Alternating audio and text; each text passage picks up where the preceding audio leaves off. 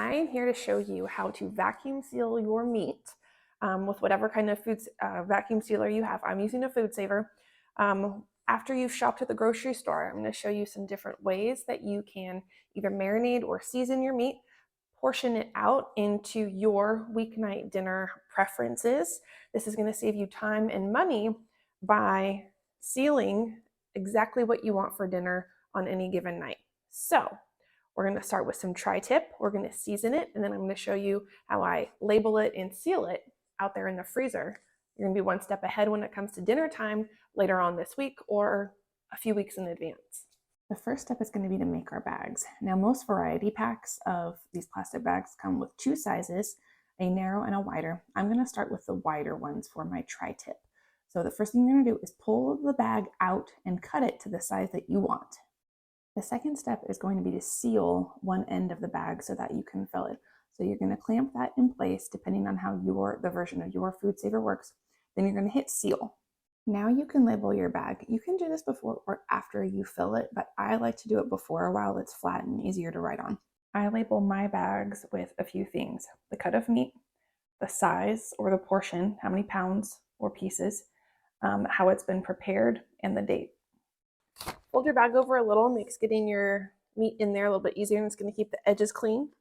The first tri-tip I am seasoning with my Traeger beef rub. It's got some really great flavors. It's my son's favorite. Link for this seasoning is down below in the description. Then I'm going to pop it in my bag that's labeled beef rub, and I'm going to wipe down my cutting board, and I'm going to get the next one ready.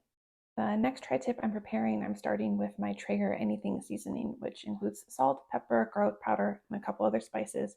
And then I'm going to add on some of this salt lick dry rub, which has a bit of heat in it, so I don't use too much. That's why I like to kind of dilute it with a combination. All right, now we're going to vacuum it out and seal it. Line up your edge, close that up, get it ready. Now you've got these different options. This is pretty dry, so I'm not going to change anything. I'm just going to hit vacuum.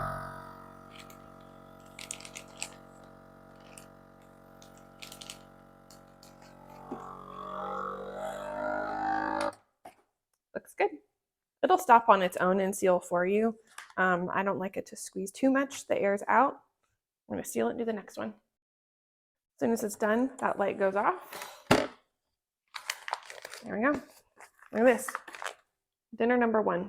Now we're going to repeat with package number 2. I'm speeding this up because you've seen how it's done, but you'll pop it in there, you'll clamp down, vacuum, it'll seal on its own. As soon as that light turns off, it's done. Now we're going to get some chicken tenders ready for the freezer. So I'm going to switch to my narrower bags. I'm going to seal a couple, and then I'm going to show you some dry rubs and some marinades. Now that my bags are ready, we can go through this 6-pack of chicken tenders from Costco. And I'm going to open up the package and blot them with some paper towels. This first one I'm doing a double batch because I like to have leftovers of this one. This is my Traeger rub. It's great to serve with roasted potatoes or as barbecue chicken. I like to make chicken sandwiches with it or put it on salad. So a double batch is super helpful for me. My next package I'm doing a single version of, but I'm using a citrus and black pepper rub. This is really good to serve with pasta, some easy vegetables. It's a great weeknight dinner. Now we're going to move on to a couple marinades. So I have some minced rosemary and thyme, a couple cloves of garlic, and the juice of a lemon going into a measuring cup with some salt, pepper, and olive oil. Give it a good stir and then pour it right into your bag of chicken. We're going to seal it in a second. This next dinner is Jack's favorite. We're going to make some chicken kebab. So we're going to dice our chicken tenders into bite-sized pieces and then mix up my basic meat marinade. Now for the marinade, we're going to do some brown sugar, a few spices, paprika, onion, garlic, and mustard powder, and then a little black pepper. For the wet ingredients, we're going to add quite a bit of Worcestershire, some soy sauce, a little bit of vinegar, and whatever cooking oil you like to use when you're out on the grill. Some of this marinade is going to go in with our chicken pieces for our kebabs, and the rest is going to go on some chicken breasts. To vacuum out the air and seal a pouch with a marinade in it, we're going to switch gears a little bit and change the setting on our food saver to the pulse mode. So you're going to click your little button until it gets down to pulse. And now the food saver is only going to vacuum out air when you hold down the vacuum button. It's not going to go continuously. So take your time and make sure you watch where that marinade goes, because it will seep up all the way and leak into your food saver machine. So I remove some of the air, I kind of resituate the bag, and then when I'm ready, I hit seal. So you can see on this one, a little bit came out past the seal line, but luckily it didn't make a mess and it still pretty much stayed in the pouch. This is also a great kid-friendly weeknight meal because the chicken tenders are easy to eat and they cook fast. Okay, so we're going to repeat the process. I'm going to use that pulse feature again with my lemon, garlic, and herb marinade. Again, great on butter noodles, served with a risotto. You can cook it on the grill or in a pan. Just make sure with an herby marinade like this one that you rub it around and try and disperse all of that garlic and all those herbs evenly around your chicken. This is the last pack of my chicken tenders. If you're keeping track, we're up to 5 meals now ready for the freezer. Time for another household staple, boneless, skinless chicken breasts. The first pack out of the 3 that I'm going to prep is with a spicy fajita rub.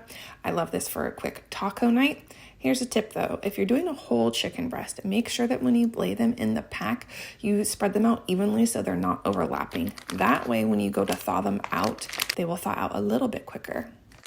For a little flexibility, I decided to dice up a couple of those chicken breasts and just put them in a pack plain.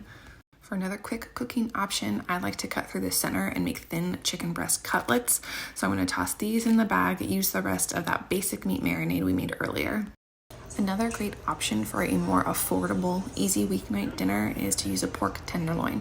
I prepped this pack ahead of time. I have one that's rubbed with a honey mustard marinade, and then an easy Asian marinade, a barbecue pork tenderloin, and a garlic herb pork tenderloin. This is the payoff. A solution to the weeknight stress of getting dinner on the table. If you have a stocked freezer with prepared meat, you are one step ahead to get ready for dinner. Okay, so just like that, you're finished.